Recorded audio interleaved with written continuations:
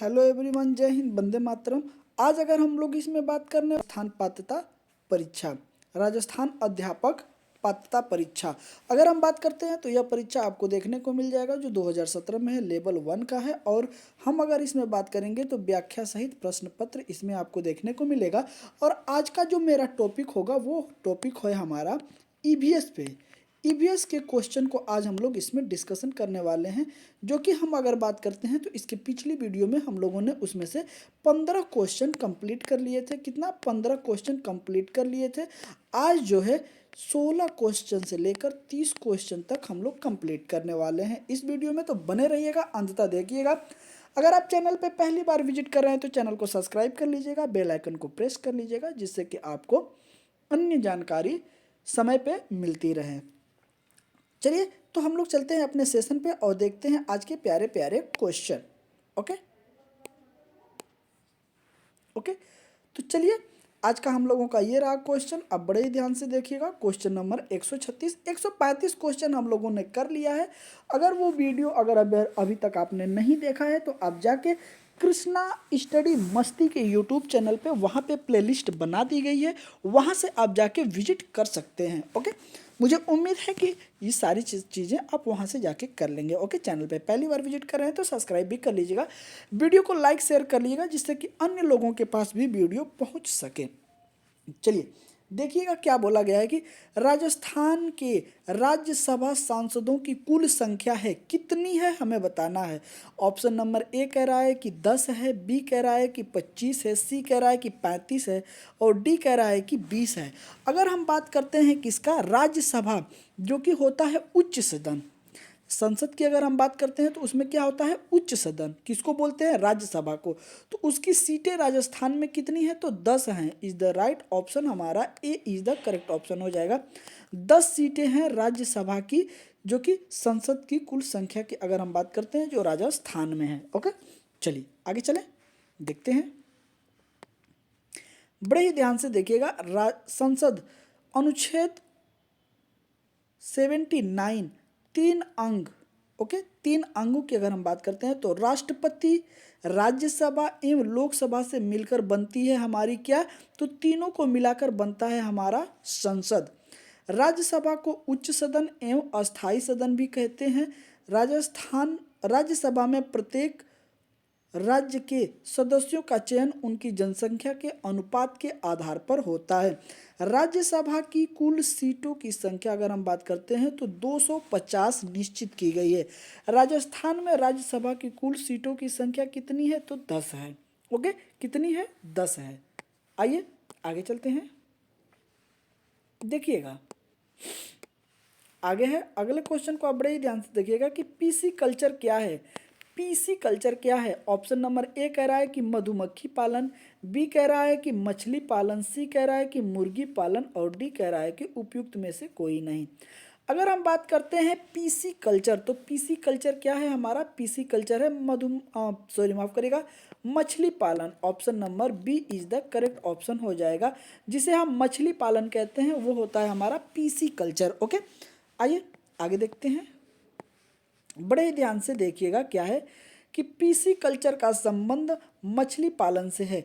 इस पद्धति में मत्स्य पालन वैज्ञानिक पद्धतियों से किया जाता है। ओके, तो हमें उम्मीद है कि आपको अब अच्छे तरीके से समझ में आ गया होगा। आइए आगे चलते हैं, देखिएगा बड़े ही ध्यान से। क्वेश्चन नंबर 138 कि इसमें क्या बोला गया है, तो इसमें बोला गया है कि झामर कोटड़ा खदान प्रसिद्ध है, तो किसके लिए प्रसिद्ध है? ऑप्शन नंबर ए कह रहा है कि तांबा के लिए प्रसिद्ध है, बी कह रहा है कि रॉक फास्फेट के लिए प्रसिद्ध है, सी कह रहा है कि जिंक के लिए प्रसिद्ध है और डी कह रहा है कि यूरेनियम के लिए प्रसिद्ध है। अगर हम बात करते हैं झामर कोटड़ा खदान का, तो यह किसके लिए प्रसिद्ध है, तो यह प्रसिद्ध है रॉक सल्फेट के लिए प्रसिद्ध है, फास्फेट के लिए प्रसिद्ध है। Option number B is the correct option हो जाएगा। रॉक फास्फेट के लिए प्रसिद्ध है कौन सा, झामर कोटड़ा खदान। ओके, आगे देखते हैं, देखिएगा ये कहाँ है। झामरकोटदा खदान की अगर बात करते हैं तो यह उदयपुर में स्थित है। रॉक फास्फेट के लिए प्रसिद्ध है, यह राजस्थान के स्वामित्व में है। यहाँ से खनन कार्य 1968 से किया जा रहा है। तो इस खदान में अगर हम बात करते हैं तो किसके अंतर्गत है, तो राजस्थान सरकार के अंतर्गत है। और 1968 से यहाँ पे क्या किया जा रहा है, तो यहाँ खनन कार्य किया जा रहा है। ओके, मुझे उम्मीद है कि सारे कुछ चीज़ें आपको अच्छे तरीके से समझ में आ रहे होंगे। चलिए अगले क्वेश्चन की तरफ चलते हैं। अगले क्वेश्चन को आप बड़े ही ध्यान से देखिएगा। इसमें अगर हम बात करते हैं तो इसमें बोला गया है कि भारत में प्रथम यात्री रेलगाड़ी की शुरुआत हुई थी, कब हुई थी। ओके, ऑप्शन नंबर ए कह रहा है कि 1920 में, ऑप्शन नंबर सी कह रहा है 1856 में, ऑप्शन नंबर सी कह रहा है कि 1853 में, और ऑप्शन नंबर डी कह रहा है कि 1959 में।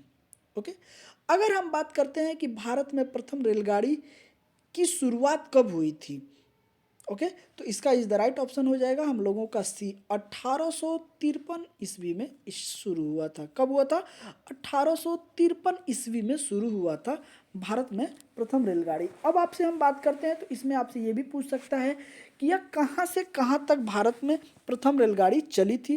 तो आप ये देख लीजिएगा, मुंबई से थाने तक, कितना, मुंबई से थाने तक चली थी। कितने किलोमीटर का है ये भी आपसे क्वेश्चन पूछ सकता है। अब कितने किलोमीटर की दूरी है आप हमें कमेंट करके बताइएगा। आगे चलते हैं, देखिएगा, भारत में प्रथम रेलगाड़ी सन 1853 ईस्वी में मुंबई से थाने के मध्य चलाई गई थी। इस समय कंपनी का गवर्नर जनरल लॉर्ड डलहौजी था। इसने सार्वजनिक निर्माण विभाग की अगर बात करते हैं तो PWD का गठन किया था। ओके, सार्वजनिक निर्माण विभाग PWD, ये आज का विभाग नहीं है, ये इसका गठन कौन किया था, तो लॉर्ड डलहौजी ने किया था। ओके, ये भी आप याद रखिएगा। आगे चलते हैं, चलिए क्वेश्चन नंबर 140 देखिएगा बड़े ही आप ध्यान से। क्वेश्चन नंबर 140 में बताया गया है कि निम्नलिखित में से कौन सा परीक्षण HIV से प्रत्यक्ष संबंधित है। तो हमें वो बताना है कि वो कौन सा प्रशिक्षण है। ओके, ऑप्शन नंबर ए कह रहा है कि वीडाल, बी कह रहा है कि MP, सी कह रहा है कि ESR, और डी कह रहा है कि एलिसा। अगर हम बात करते हैं HIV से संबंधित, तो HIV से संबंधित कौन सा प्रशिक्षण है, तो इस लिहाजा से हमारा is the right option D correct हो जाएगा। डी क्या हो जाएगा, करेक्ट ऑप्शन हो जाएगा, जिसमें आपको देखने को मिल जाएगा एलिसा। ओके, चलते हैं आगे, देखिएगा बड़े ही ध्यान से। HIV को एड्स भी कहते हैं। HIV ह्यूमन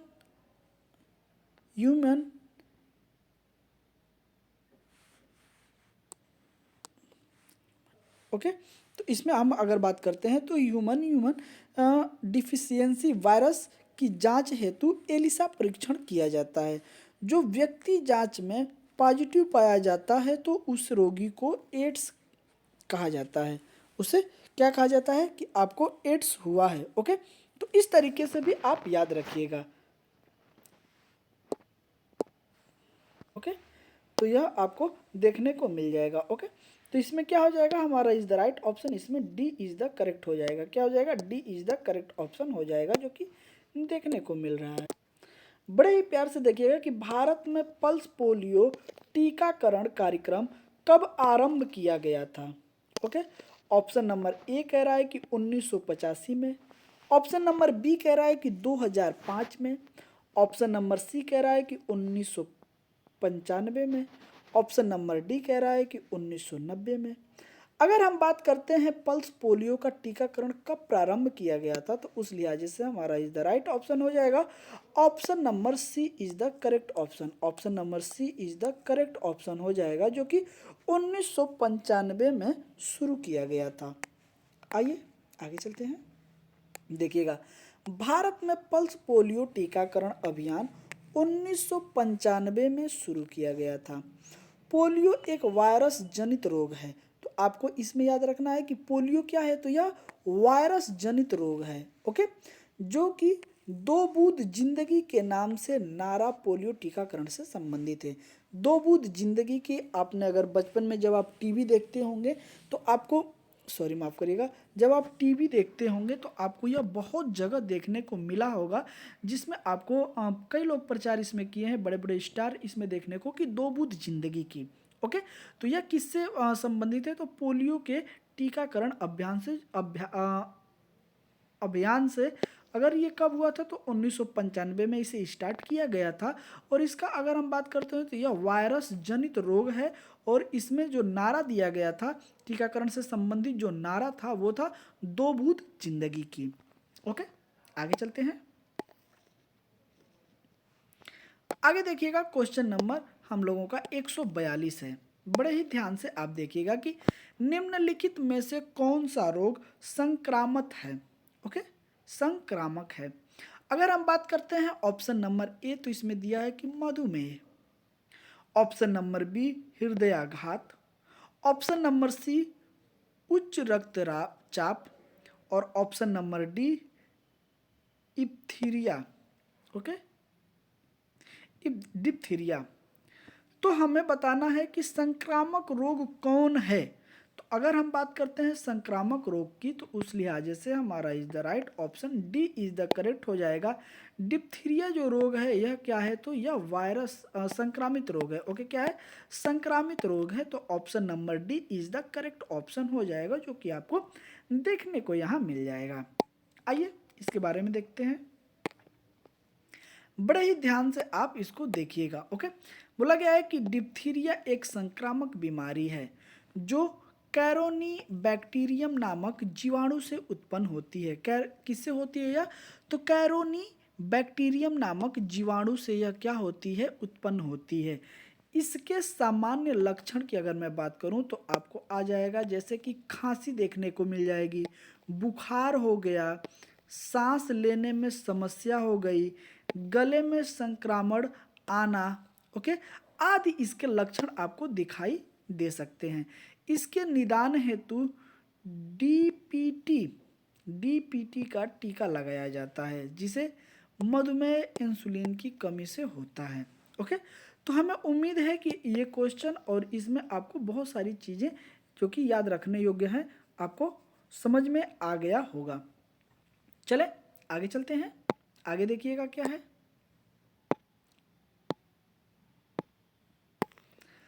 आगे हम अगर बात करते हैं तो देखिएगा, बड़े ही ध्यान से देखिएगा क्वेश्चन को। चलिए आइए बात करते हैं क्वेश्चन नंबर 143 कि निम्नलिखित में से कौन सा सुमेलित है, हमें बताना है। चलिए देखते हैं। ऑप्शन नंबर ए कह रहा है कि बॉम्बे नेचुरल हिस्ट्री सोसाइटी, जो कि नई दिल्ली में स्थित है। आगे है कि भारतीय वनस्पति सर्वेक्षण, जो कि कोलकाता में स्थित है। ऑप्शन नंबर सी कह रहा है कि भारतीय वन्य जीव संस्थान, जो कि कोयम्बटूर में स्थित है। अगला कह रहा है कि राष्ट्रीय वनस्पति अनुसंधान, जो कि जोधपुर में स्थित है।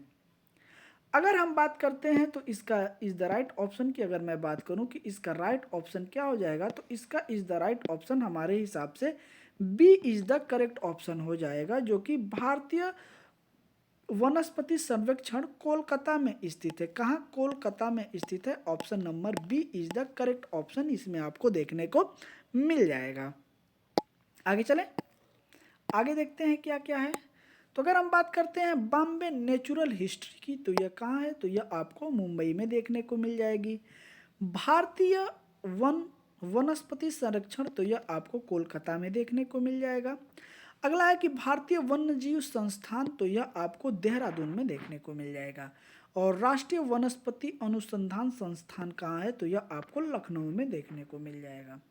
तो इस तरीके से आप इसे चारों याद करिएगा। अभी मान लीजिए कुछ दिया है, अगले बेर हो सकता है कि कोलकाता को हटा के यहाँ पे जो है कि चेन्नई कर दे और आपको जो है कि देहरादून सही ऑप्शन दे दे, तो ये भी पूछ सकता है। तो बहुत सारे जो इसके मुख्यालय मतलब कहाँ कहाँ स्थित है, तो मुख्यालय भी आपसे पूछ सकता है। तो एक बार इस टॉपिक को भी आप देख लीजिएगा। बाकी तो जैसे मुझे समय मिलेगा तो मैं आपको एक एक करके इसमें पूरा का पूरा मैं सेशन करा दूंगा। कंप्लीट जो जितने भी संस्थान है, सर्वेक्षण है, अनुसंधान है और उनका मुख्यालय कहाँ है, वो कहाँ स्थित है, एक टॉपिक में आपको ये कराऊंगा। ओके, तो आप इस चीज़ से निश्चिंत रहिए कि बाकी आपको ये टॉपिक एक दिन मिल जाएगा। कोशिश मैं कर रहा हूँ, जैसे मुझे समय मिलेगा और जो कि पीपीटी मिल जाएगी तो मैं आपको उपलब्ध करा दूंगा। आगे चलते हैं, देखिएगा बड़े ही ध्यान से। क्वेश्चन नंबर 144 कह रहा है कि राजस्थान का राज्य पक्षी कौन सा है। राजस्थान का राज्य पक्षी कौन सा है? ऑप्शन नंबर ए कह रहा है कि गोडावन, बी कह रहा है कि मोर, सी कह रहा है कि गिद्ध और डी कह रहा है कि सारस। अगर हम बात करते हैं राजस्थान का राज्य पक्षी कौन है, तो उस लिहाजे से इज द राइट ऑप्शन हमारा ए इज द करेक्ट ऑप्शन हो जाएगा। ओके, ऑप्शन नंबर ए क्या हो जाएगा? करेक्ट ऑप्शन हो जाएगा, जिसे हम बोलते हैं गुड़ावन। ओके, आइए इसके बारे में कुछ अन्य तथ्य हैं, उसको भी हम लोग देखते हैं बारीकी से। गोडावन राजस्थान का राजकीय पक्षी है। यह राजस्थान के पश्चिमी हिस्सों में पाया जाता है। कहाँ पे? पश्चिमी हिस्सों में पाया जाता है। इसे संरक्षित पक्षी वर्ग में भी रखा गया है। तो अगर हम बात करते हैं तो यह कहाँ ज़्यादातर पाया देखा जाएगा आपको? जो थार के मरुस्थल होता है, जो कि पश्चिमी एरिया है राजस्थान का, मरुस्थली वाला भाग, वहाँ पे यह पक्षी आपको देखने को बहुत बड़ी मात्रा में देखने को मिल जाएगा। लेकिन अभी क्या है कि इनकी संख्या बहुत तेजी से घट रही है, इस वजह से इसको क्या है कि संरक्षित पक्षी के वर्ग में रखा गया है। ओके, चलिए आगे चलते हैं।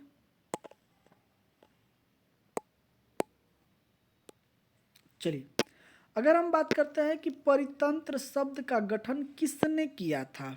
ओके, तो परितंत्र शब्द का गठन किसने किया था? ऑप्शन नंबर ए कह रहा है कि हीकल ने, बी कह रहा है हमबोल्ट ने, सी कह रहा है कि ट्रांसले ने, और डी कह रहा है कि ओडम ने। अगर हम बात करते हैं कि परितंत्र शब्द का गठन किसने किया था, तो उस लिहाजे से हमारा is the right option C is the correct option हो जाएगा।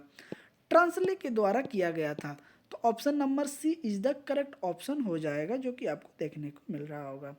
आइए चलते हैं इसकी व्याख्या की तरफ और देखते हैं इसमें। चलिए, तो हम बात करते हैं, देखिएगा, परितंत्र इकोसिस्टम शब्द जो है कि एजी ट्रांसले ने दिया था।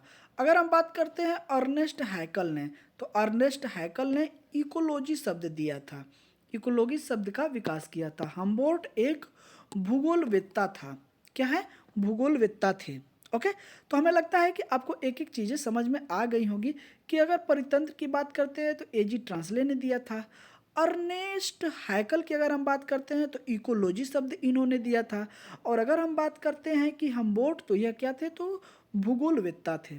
ओके, चलिए क्वेश्चन नंबर देखिएगा 146 कि भारत का सर्वाधिक वर्षा वाला स्थान कौन सा है? ऑप्शन नंबर ए कह रहा है कि बेंगलुरु, ऑप्शन नंबर बी कह रहा है कि मैसूर, सी कह रहा है श्रीनगर, और डी कह रहा है कि मासिन राम। ओके, अगर हम बात करते हैं कि भारत का सबसे वर्षा वाला जगह कौन सा है, स्थान कौन सा है, प्लेस कौन सा है, तो उस हिसाब से हमारा is the right option D is the correct option हो जाएगा। D is the correct option हो जाएगा, जो कि आपको यहाँ देखने को मिल रहा है। तो क्या हो जाएगा? मानसी राम जो है यह कहाँ पड़ता है? आपसे ये भी पूछ सकता है किस स्टेट में पड़ता है, तो आप इस याद रखिएगा कि यह मेघालय में पड़ता है। कहाँ? मेघालय में पड़ता है। ओके, तो उम्मीद है कि आपको ये समझ में आ गया होगा। आगे चलते हैं, देखिएगा, भारत सर्वाधिक वर्षा का स्थान, भारत सर्वाधिक वर्षा का स्थान मानसीराम है, जो मेघालय राज्य में है। इससे पूर्व सर्वाधिक वर्षा वाला राज्य चेरापूंजी था। क्या था? चेरापूंजी था। भारत में सबसे कम वर्षा की अगर बात करते हैं तो लेह लद्दाख में होती है। कहाँ? लेह लद्दाख में होती है। ओके, तो इस तरीके से भी आप याद रखिएगा। आइए चलते हैं क्वेश्चन नंबर 147। बड़े ही आप ध्यान से देखिएगा। इसमें बोला गया है कि निम्नलिखित में से कौन सा नवीकरणीय ऊर्जा का स्रोत नहीं है? हमें क्या बताना है कि नहीं है। ओके, ऑप्शन नंबर ए कह रहा है कि जीवाश्म ईंधन, बी कह रहा है कि जल विद्युत, सी कह रहा है कि पवन ऊर्जा, और डी कह रहा है कि सौर ऊर्जा। ओके, अगर हम बात करते हैं नवीकरणीय ऊर्जा क्या होता है? नवीकरणीय ऊर्जा वह होता है जिससे हम बार बार मतलब रिपीट साइकिल करके हम क्या है कि उससे एनर्जी ले सकते हैं। ओके, उसका उपयोग कर सकते हैं, ऊर्जा ले सकते हैं। लेकिन जीवाश्म ईंधन जो है, इसको हम एक बार जला दिए तो फिर इससे हम दोबारा एनर्जी नहीं ले सकते हैं। ओके, तो इस लिहाजे से हमारा क्या हो जाएगा? Option number A is the correct option हो जाएगा। क्योंकि अगर हम बात करते हैं नवीकरणीय ऊर्जा के स्रोत हैं, तो ये अगर क्वेश्चन पूछता तो आपके लिए हो जाएगा कि जल विद्युत ऊर्जा भी है और सौर ऊर्जा भी है और पवन ऊर्जा भी है। ये नवीकरणीय ऊर्जा के स्रोत हैं। और ये जो ऊर्जा के स्रोत हैं, जल विद्युत हो गया, सौर ऊर्जा हो गया, पवन ऊर्जा हो गया, इससे पर्यावरण की समस्या भी क्या होती है, बहुत हद तक कम होती है। लेकिन अगर बात करते हैं जीवाश्म ईंधन से, तो इससे बिजली तो बनाई जाती है, इससे हमें ऊर्जा तो प्राप्त होती है, लेकिन पर्यावरण के लिहाज से अगर बात करें तो इसमें काफ़ी नुकसानदायक भी होता है। ओके, तो क्या होता है, काफ़ी नुकसानदायक भी होता है, इस लिहाज से option number A is the correct option हो जाएगा। आगे देखते हैं। जीवाश्म ईंधन अनवीकरणीय ऊर्जा के स्रोत हैं जो एक बार समाप्त हो जाने पर पुनः शीघ्रता से निर्माण नहीं किया जा सकता। लेकिन अगर वहीं बात करते हैं सौर ऊर्जा, पवन ऊर्जा, जल विद्युत, ज्वारीय ऊर्जा, ये नवीकरणीय ऊर्जा है, इसको बार बार हम क्या कर सकते हैं, प्राप्त कर सकते हैं, इसका निर्माण कर सकते हैं। ओके, तो ऑप्शन नंबर ए हमारा इस लिहाजे से करेक्ट ऑप्शन हो जाएगा। आगे देखिएगा, क्वेश्चन नंबर की अगर हम बात करते हैं तो क्वेश्चन नंबर 148। ओके, चलिए क्वेश्चन नंबर 148 देख लीजिएगा, इसमें क्या बोला गया है। तो अगर हम बात करते हैं तो इसमें बोला गया है कि मीना माता रोग का संबंध निम्नलिखित में से किससे है। अगर हम बात करते हैं मीना माता रोग का संबंध किससे है, ऑप्शन नंबर ए कह रहा है कि सीडी प्रदूषण, बी कह रहा है कि SO2 प्रदूषण, सी कह रहा है कि HG प्रदूषण और डी कह रहा है कि इनमें से कोई नहीं। अगर हम बात करते हैं कि मिनी माटा रोग जो होता है यह किससे संबंधित है, तो यह HG प्रदूषण से संबंधित है। ऑप्शन नंबर की अगर मैं बात करूं तो सी इज द करेक्ट ऑप्शन इसमें आपको देखने को मिल जाएगा। ओके, क्या इसका आंसर हो जाएगा, C is the correct option आपको देखने को मिल जाएगा। आइए आगे चलते हैं। अगर हम बात करते हैं मिनी माटा रोग पारे की विषमता के कारण होता है।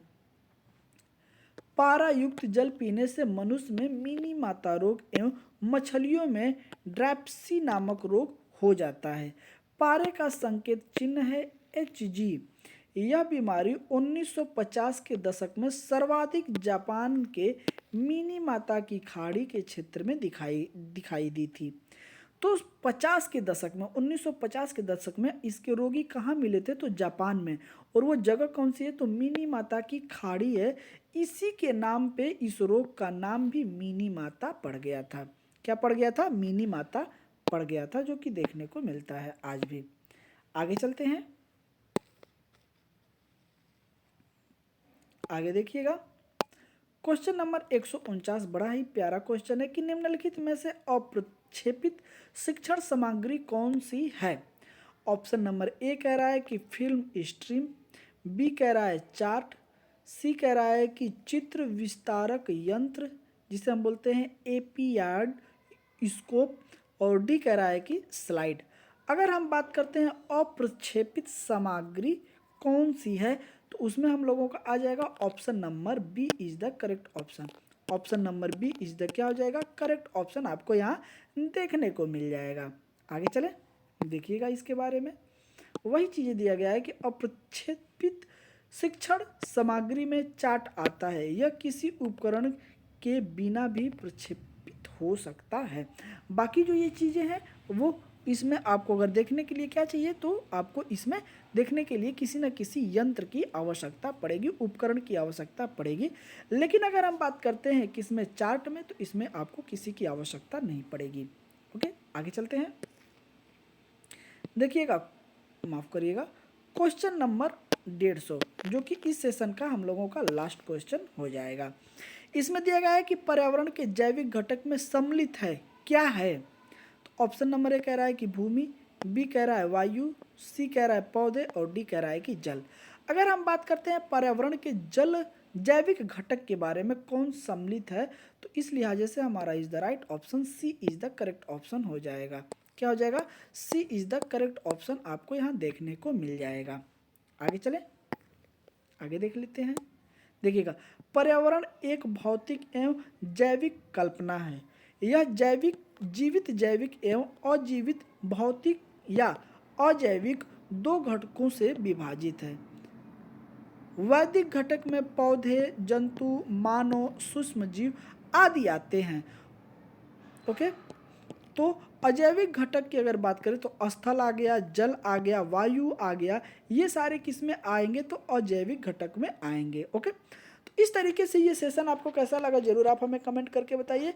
और जब तक आपका रीट का एग्ज़ाम हमें संभवतः अगर मैं बात करूं तो रीट का एग्ज़ाम संभवतः जो है कि 27 तारीख को, ओके, 2 फरवरी को, और ये 2025 में कंडक्ट कराने की पूरी संभावना जो है कि प्रबल है राजस्थान सरकार की। तो उस हिसाब से देखते हुए मैं आपको सारे प्रीवियस ईयर क्वेश्चन जितने भी हैं एक एक टॉपिक का मैं करा दूंगा, कोशिश है कि करा दूंगा बिल्कुल। ओके, तो बने रहिएगा और चैनल को सब्सक्राइब कर लीजिएगा और इस वीडियो को जितना ज़्यादा से ज़्यादा हो सके आप शेयर कर दीजिएगा, जिससे कि अन्य लोगों के पास भी यह वीडियो पहुंच सके। तो चलिए मिलते हैं आपसे अगले सेशन में, तब तक के लिए जय हिंद, वंदे मातरम, अपना ख्याल रखिएगा।